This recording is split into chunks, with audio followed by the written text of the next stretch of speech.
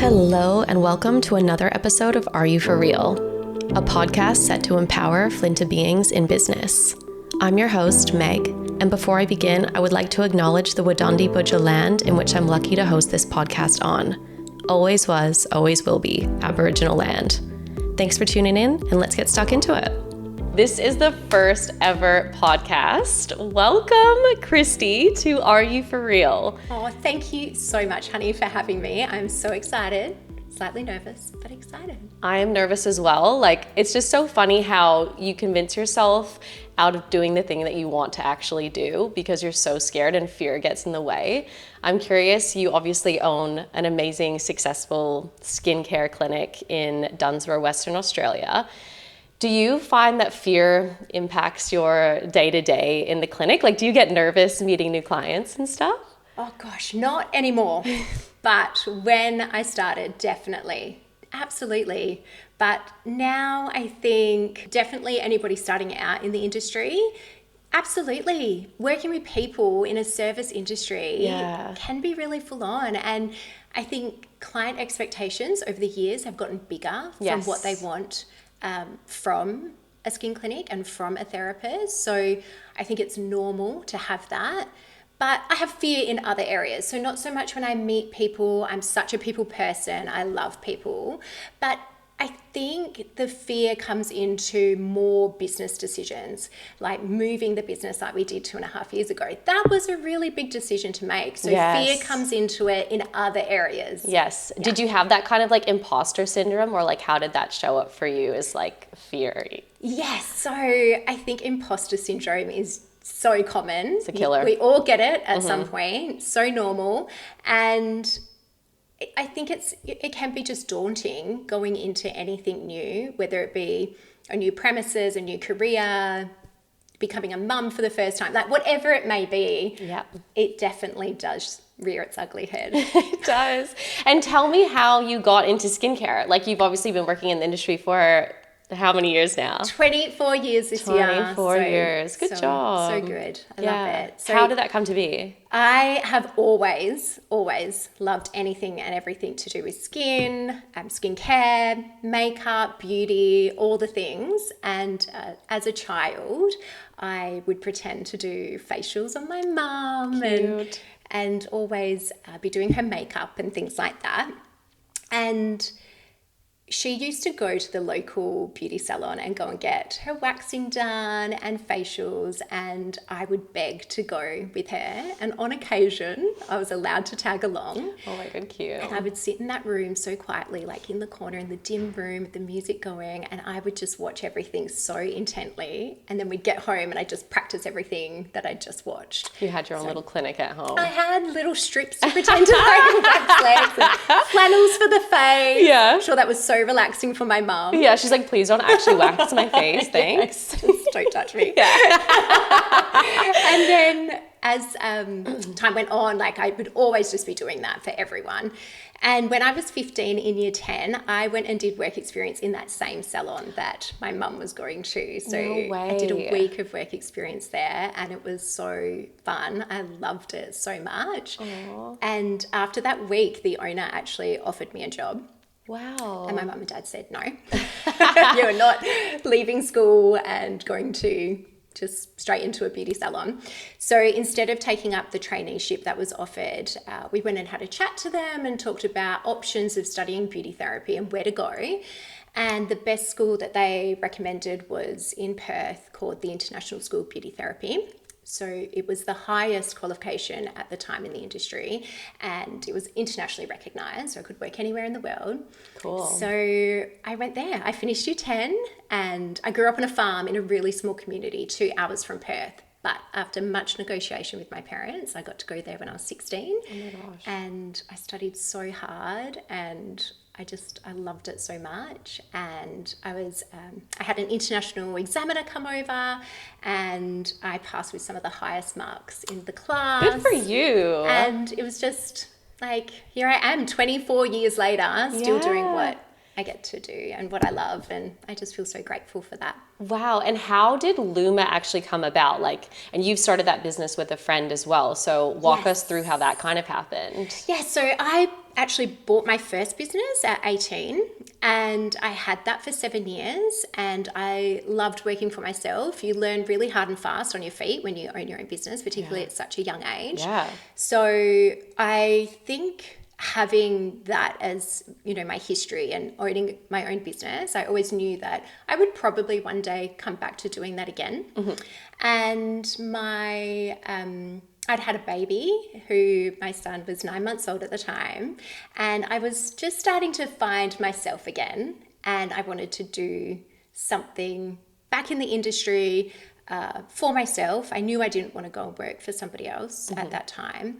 And I found a space that was available that was renting rooms. And I approached the lady and she said, yep, we can rent you a room, but the business is for sale. So if you rent a room and somebody buys it, you might lose your room. So after knowing that it was available and much discussion, we actually ended up buying that business. Wow. And straight into it. Straight it was into kind it. of like the universe brought you that decision though, didn't it? Yeah. It was like, you kind of have to commit here. And it was like one way or the other, Absolutely. I'm sure. Yeah. Total crossroads. It was like you either go into it or, maybe restarting something and then having to move. And so it just kind of flowed like that. Wow. It was a big decision at that time, but so glad 7 years later. How exciting. So good. And so many people come to you with obviously lots of queries about skin and stuff like that. What would you describe the ethos of LUMA? Like, what is the vibe? What do people get when they come to LUMA? So we wanted to really create a business that wasn't intimidating, that was really warm and welcoming. I think the skin industry and beauty industry in general can be quite intimidating from the outside in. So creating a business that is for everyone, and you just feel welcome the moment you come in. And I can't exactly put into words how that has come about. I think it's a combination of our values, our morals in the industry, and our own personalities and our own experience of going into places and how, you can feel really good from the get-go somewhere, and then other places it can be just a vibe. It doesn't even need to be something somebody's done or said. It's just a feeling. So creating that feeling of, no intimidation. Yeah. People are just welcome to come in as they are, and we're there to help. Yeah, definitely. I feel like that makes a lot of sense. And like particularly the whole like skincare industry, as you kind of, touched on before, being, a woman is like, this whole like anti-aging fear and, acne, and someone who went through their own journey with acne. Like I had a really hectic year and had to go on Roaccutane and stuff like that. How do you as a business owner kind of create a safe space where you're making people feel confident and kind of, empowering them through skin, but without, I guess, all these external pressures that we're often told to kind of subject ourselves to, or you can't help but feel? Yeah, it's such a big one. I think working in an industry that can fuel that culture is something that I'm always really conscious of. I could potentially add to that, and that's not where we want to be at. So I think first step, being aware that, this industry can prey on people's insecurities and make money from it is a really big thing. So as I turned 40 last year, I think I definitely had big moments leading up to that big birthday where I was like, oh, wow, 40, how did I get here? I'm feeling old, So I get how people feel, and I just don't want to add to something that makes people feel like they need to look different. So being that little bit older has actually been such a beautiful thing though. I feel I can really relate to my clients so much more than I could in my 20s. If it's aging that they're coming in for, I feel like at least as a woman who's 40, nearly 41, I have got their back. I totally get it. Yeah. And I think as a clinic, I always say to my team, we are in the feel-good industry. We are not in the look-good industry. I think self-care, when you practice self-care, and that comes in many forms. It could be facials for some people, it could be exercise for somebody else. But when you practice self-care, you feel good. And when you feel good, you feel happier. And when you feel happier, you look happier. So you start to feel it and look it. So I think, making people, coming back to that, having a space that's not intimidating, having a space that's warm and welcoming. People feel good when they come in. I've had people say it feels like a home away from home. And it really does. It does. Yeah. I'm a client as well, so I totally know the feeling. And you guys are just so warm and welcoming. And like, I think one of the biggest like standout things for me was, when I was going through that acne journey, I was noticing a lot of the people at skin clinics in different states would try to recommend me all these products, and you leave and they've got another 3 lined up for you on the shelf. And it's just so, you're vulnerable. Like, you're so vulnerable in that moment that you're kind of willing to, not pay anything, but, you're looking for solutions all the time. So I think that that's really cool that, I've not felt that sort of pressure when I come into LUMA to buy all these products. It's like you're totally understanding of people's lifestyles and their budgets. And I think that's really special and unique. Thank you. Yes, it's something that in the industry, and being in it for such a long time, I have worked at places that, are very sales oriented and sales based, but people can feel whether something's genuine or not. Mm-hmm. And our job is to educate clients and help them get from where they are to where they want to be. And yes, in that process, things do need to be used.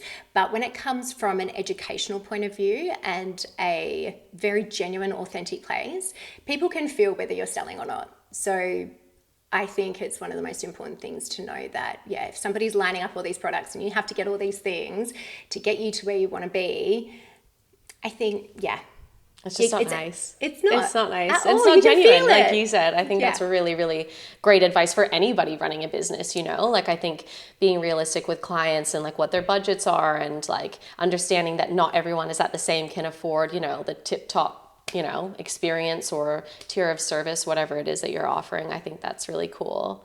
And I think you guys have that level of authenticity as well, because you don't use models on your website. So walk us through that. That's really cool. I love that LUMA does this. Yeah, so when we started LUMA, we really put our thinking caps on, and we're like, right, what is our place in this industry? What do we want to represent?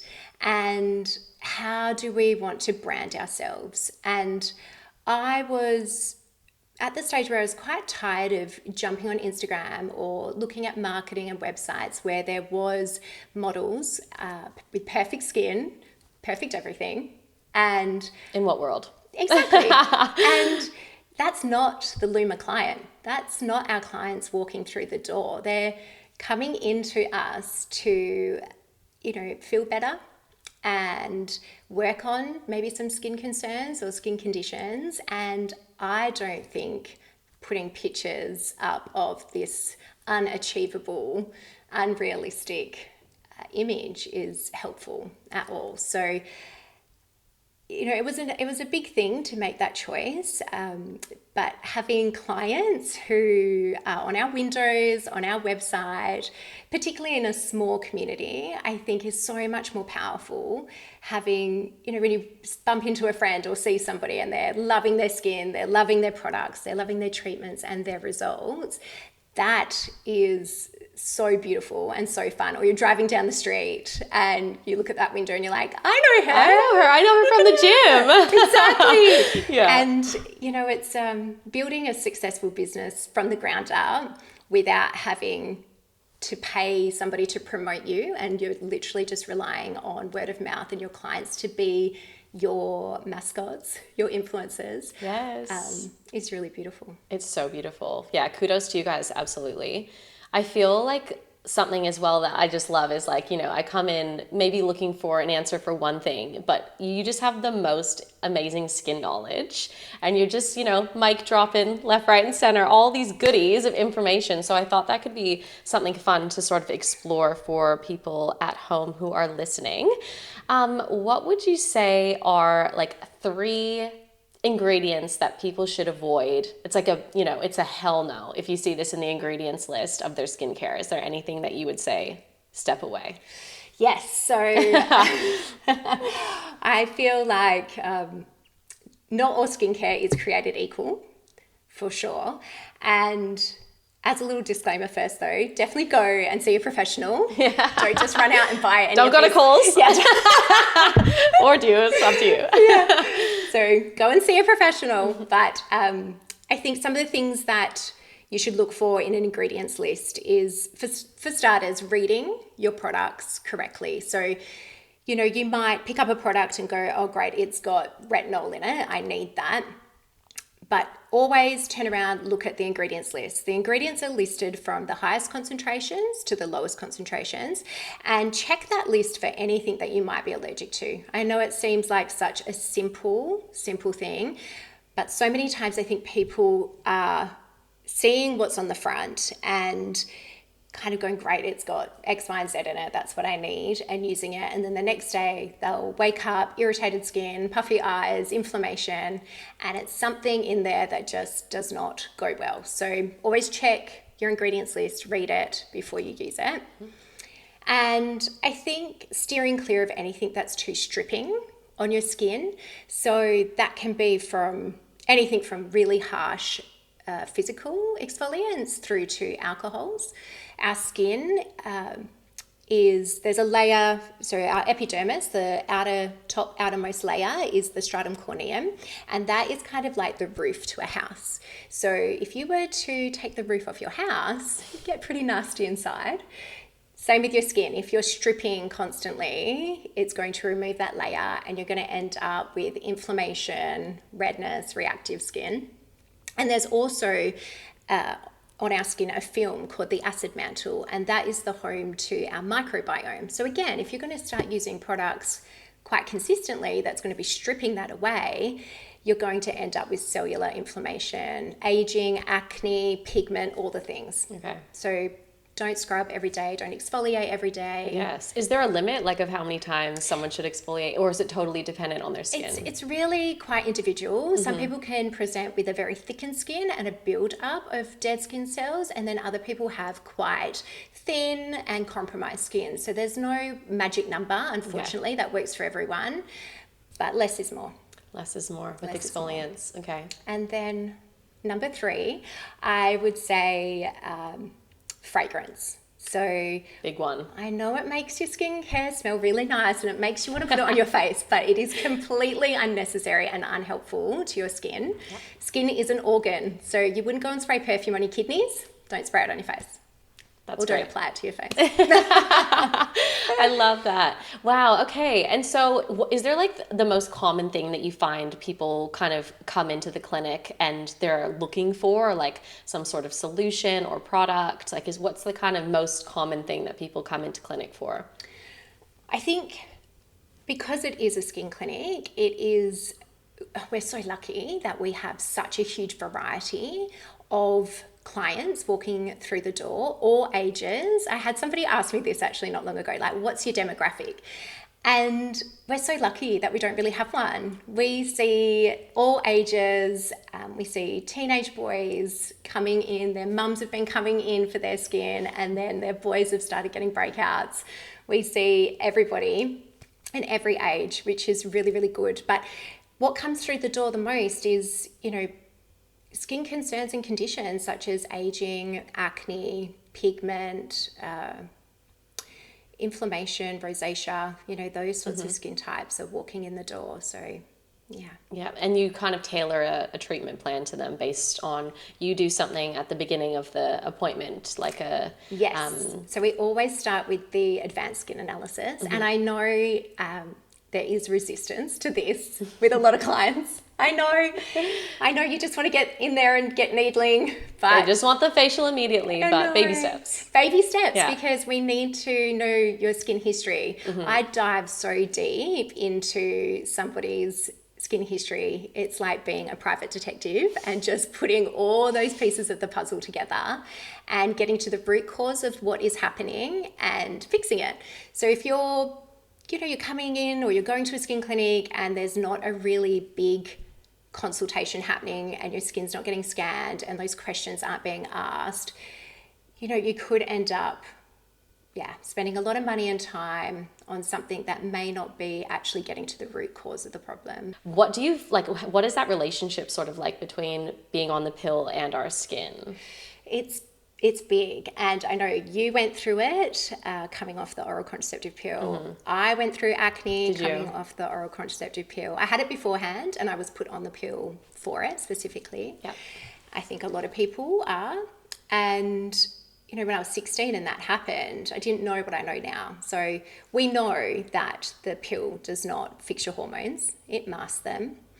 And when you come off the oral contraceptive pill, you do have a kind of a rebound effect with your hormones, particularly testosterone. So it suppresses everything, you come off it, you have this rebound, and you have all this excess testosterone, which then leads to excess oil and sebum production, which then leads into acne. So it's this vicious little cycle. A lot of clients also on the oral contraceptive pill or coming off the pill will be nutrient deficient, particularly in zinc is one that we see a lot of. So for a smooth transition coming off the pill, or if you're already off it, I would definitely recommend seeing a naturopath and a skin therapist to support your gut health, your nutrient status, and making sure that you're controlling that effect of that excess testosterone and that stimulation of your sebum. Yeah, I find it so interesting that when you go into sort of, traditional doctor and you're vulnerable age, 13, 14, and you're having acne flare-ups and it's just immediate Band-Aid solution. Here you go on the pill without considering, some of the after effects that might happen when you come off the pill and when you want to transition off of it. So yeah, unfortunately, it's so common. Yeah. Not to say it's normal, but it's common. Yeah. Do you know if there's a time at which that kind of starts to regulate itself again, your skin and your hormones coming off the pill? I think because the pill does what it does, there's not really a good time or age to come off. I've seen women in their 40s come off the oral contraceptive pill and the same thing happens. Yeah. So because of its effect, it's going to happen regardless. Not to everyone, but if you're prone and if you did go on it for that reason, probably more likely. But I've also had clients who have never had acne come off the oral contraceptive pill and then experienced acne. So it's a tricky one. It's not age dependent, unfortunately. Yeah. It's about really supporting your body before coming off it so you can have the best outcome, really. Yeah. And you guys kind of look at skin holistically as well. So what's that kind of relationship between food and our skin? And yeah, huge. Our skin, like I said before, it is an organ, and it's actually the largest and most complex organ of the human body. So it really mirrors everything. It's a true reflection of what's happening inside. So it's going to show our nutrition, our hormones, our stress, our sleep. It's going to show all of that. So there's no really other way to treat skin, I think. Particularly these days, we know we have the education and the information. We know that skin is so much more than what you just put on top. And yeah, I think if you're not treating somebody as a whole, you're not going to get to the root cause, you're not going to get to the problem, and it's just going to be a bit Band-Aid effect. Okay, so when it comes to skincare ingredients, do you have any things that are please include big yeses? Yes, so I keep saying this, skin is an organ, so feed it. Yeah. So skin nutrition is your vitamins, your minerals, antioxidants, lipids, essential fatty acids. So look for ingredients that actually is food for your skin. And it's not always just about a hero ingredient. So yes, vitamin C is amazing and we want that most of the time, but it is also how it's actually delivered into the skin, delivery systems as well. So you can have this amazing ingredient, but if it's not actually formulated with the other minerals and ingredients that it needs to be transported into the skin and delivered, then it's not actually doing its job. So but great place to start is looking at those things. Okay. if someone wants to learn about skin, where is the best place for them to start? Like, what would you suggest to someone who's completely green to skincare? Where do they get this information? Want to get into the industry as a dermal therapist? No, like where do they go to get information about their own skin? Like, like obviously there's so much information out there at the minute, like YouTube and influencers and stuff telling us about our skin, but like, where do we know is like the best for information? Yes, so I would definitely, I think social media, even though, yes, we probably don't want to be taking health advice or skin advice from social media, the side that you can take from it, I think that's really powerful, is that you can check out clinics and therapists these days and their results and really sort of hone in on places that you think will be able to help you. And I think social media has helped us get to that stage. So use it as a tool to get you to a clinic or a therapist that, you know, feels right for you, and go and see a professional, because they will be able to do a really thorough analysis of your skin and take clinical images and track your results and have something prescribed for you, not a generic guess game of, you know, oh, this sounds good, I saw it on TikTok, I'm going to grab that. So go and see a professional, but use social media to get you to the right one as well. Yep. And like, I guess that's the problem with social media in a certain way. It's great in other ways too, but for the same, it's like a double-edged sword, I guess. It's information overload. But then it's like trying to understand, like, you know, whose advice do I trust? And yeah, like, you know, so-and-so dermatologist on Instagram told me this, but this other person on TikTok told me that. So I guess when people are digesting information from social media, it's like, I guess maybe too much sometimes, and they don't know where to go. So seeing a professional is the best place to start. Yes, absolutely. It is so hard to navigate the skin space on your own, and it can be conflicting. And I had a client recently, I'm sure she won't mind me using her as an example. We don't need to name names. We don't name names, but a gorgeous client came in and she sat down for her skin analysis, and the first thing that she said to me was, I've been influenced. Oh, by who? She didn't specifically say, but she's been on this skin slugging thing and all of this stuff that's on social media, and her skin was, her barrier was completely impaired. She had full-on acne, and I can't wait to share her photos soon because her skin is looking so amazing. But it cracked me up because she's like admitted, she's like, I've been influenced. I'm guilty. Look what's happened. Well, even the word slugging, when you said that, I was like, I've always been curious about that. Can we like debunk the myth here? Like, what is that a thing? Like, can we slug? I think we can slug. Tell me more about the slugging. Depending on your skin, you know, again, don't do anything without checking first. Okay. Yeah, totally. Slugging could be amazing for some skins and not amazing for other people. So get your skin analysed and then get the right products for your skin. And if slugging's good and you get told you're allowed to, then do it. If not, don't. And don't do it without permission. You gotta ask exactly. first. Yes, exactly. That makes sense. Is there any, like, what are your thoughts on, I guess, influencers who have skincare ranges and stuff like that? Do you actually like any skincare ranges from celebs, or are you strictly like DMK or nothing? I am not at all product aligned. Yeah. And I'm also really open. I think you have to be open-minded. You can't just say this one thing is the be-all and end-all. Things are getting developed all the time. And I think the beauty of being in an industry for over 2 decades, I've seen things change and evolve so much in that 20 years or 24 years. So I think you'd be doing yourself a disservice to be closed-minded when it came to anything, really. So yes, I'm always looking, I'm always checking things out, and there's nothing at the moment that I would say, if something was amazing, I'd definitely get it into our clinic for sure. We'd be silly not to.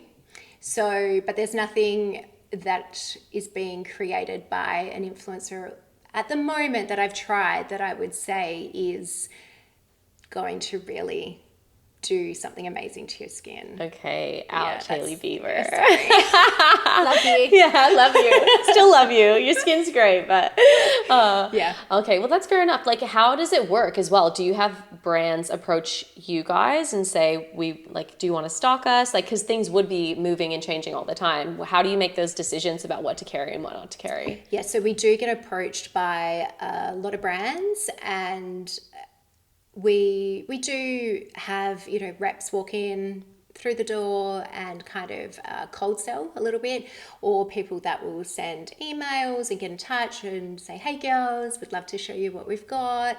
And that's really so lovely that we are on people's radars. Yeah. It's so nice, like, to be approached by brands that want us to represent them. Mm-hmm. So it's a really nice thing that happens. We also do a lot of in-house research as well. So if we see something that we like, we will get in touch. So it's a bit of both. And it's fun. Always getting to try new stuff as well. Do you find that there's a certain country that's doing skincare really well, or how does Australia go in regards to their skincare brands in relation to Japan or? Yeah, I think every country, I suppose, probably has a skin condition that is at the forefront for them. So I guess for Australia, it's probably sun damage, right? It's pigmentation, sunburnt country, the whole thing. So, there's things that come out of Australia that is amazing for us, probably. Mm-hmm. But then, Germany, they've got amazing skincare lines as well. The US is so big, and the industry is so big there, so a lot comes out of the US, which is amazing also. So I think, there's a lot coming out of everywhere, and you've just got to kind of look at it all. Yeah, that's cool. And Australian sun care, I guess that's a really good thing to talk about, with it being summer still. Yes. And you would probably get a lot of people with sun damage coming into the clinic, I would imagine. Yes. What are your top tips for sunscreen, or anything that we should know about sunscreen? So a lot of the time, clients will come in and they will have pigmentation, or they'll have hyperpigmentation, they'll have hypopigmentation, there'll be some kind of sun damage going on with their skin. And if you're not wearing sunscreen, or you're wearing sunscreen that's in your foundation, or you're just relying on wearing a hat, it's just, unfortunately, I know finding a sunscreen that actually feels really nice on your skin, that you love putting on, is really, really tricky, but you just have to do it. Mm-hmm. Particularly, throughout summer. I say all year round. Yeah, well, it's even when it's cloudy, right? As well. Yes, absolutely. UV rays don't go away just because there's some cloud cover. Mm-hmm. So there's a fine line as well. I think we're starting to kind of realize that there is vitamin D deficiencies as well.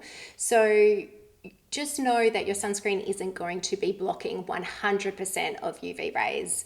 It can't. Okay. It might be around, I don't know the percentage exactly. I think it might be around 98% is blocked. So yes, vitamin D deficiency and things like that, we do need. It's so essential.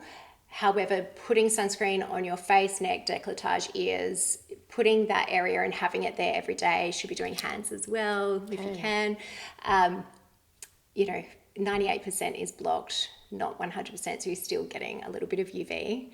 And also just being mindful in the sun. Yes, we've got beautiful beaches and things like that, but wear your sunscreen, seek shade, wear a hat, do all the things. The things they tell you as a kid. Yes, do those things. Stop slack. Yes. Yes. Whatever the other. And I guess you probably would get this a lot as well. People wearing their cosmetics that might have a cute little SPF 20. Yes. Not enough? So great as an addition. Unfortunately, though, SPF doesn't add up. So if you've got a 10 or a 15 in your foundation, and then you've got a 15 in your, blush or something, it's not going to give you 30. So you can't add up SPF. So just use a primary SPF 30 or 50. And then if you've got it in your BB cream, or you've got it in your powder that you put on, it's just a bonus, but it shouldn't be used as a primary SPF. And what's the rules with reapplying? So recommended from the Cancer Council is every 2 hours. So it can be tricky when you're wearing makeup to reapply. So we have, and many people have now, mists that you can mist your SPF over the top of your foundation. So there's no excuses not to reapply. Yes, there's lots to do. Yeah. And sunscreen, I guess that's kind of all the things to talk about sunscreen. Hey, Just do it. Just do it. Just do it. Just commit and reapply. Reapply till you're done. And yeah, I guess as a business owner, what excites you as a business owner? I love my industry so much. I love the beauty industry. I love skin and everything that comes with it. Owning a business I love because you make the rules. You get to be your own boss, and with that definitely comes a lot of hard work. And it's not easy by any means, but you get to create the space that you wish you worked in. It's amazing. You get to handpick your team. You get to, I believe really strongly, your vibe attracts your tribe. So I actually have the most amazing clients, and it's because we've created this really beautiful place that attracts these really amazing, gorgeous women and men and their sons and their daughters and all the people, but everyone that walks through that door is just so beautiful. And it's like this little community that's been created, and it's so fun. And I think you've done this because you've done it from your heart, and also you've done it through being authentic and not, trying to oversell or, like we've touched on, sell a dream of the perfect skin and this sort of mecca that we'll never be able to reach. It's I think you've been able to build that community because you've done so by being real and keeping it real with your clients. And I think that's just so cool. So congrats. Thank you. It's so nice coming into LUMA, and it's so nice to have you here. And thank you for having me. Thanks for joining for the first podcast. Lots of nerves. Yes. But so fun. So fun. I think practice makes perfect. And I guess on that note, do you have any advice for anyone starting a business or starting a new creative project? What would you say to them? Just do it. If you love it and you've got that purpose and that passion for something, you will not regret going out and doing it for yourself. If you're doing it for somebody else already and you love it, imagine doing it for yourself. Just do it. Just do it. Oh, yay. Thanks, Kristy. It was so nice to have you here. Thanks for, being patient with me on my little podcast journey, because we had a few appointments that got, a little bit shifted as I was I'm not ready yet. No, it was meant to be, and nor was I. So it all worked out. Today happened. But the stars aligned. The stars aligned. Yeah. Thank you. Thank you so much. Honey. Yay. Bye. See you at LUMA. See you. Bye. Bye. And that's the end of that one. Thank you so much for listening to another episode of Are You For Real? As a startup podcast, it really does mean so much to have your support.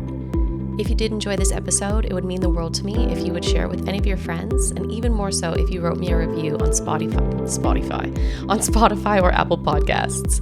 Thank you so much. I hope you're having a beautiful day. See you next time.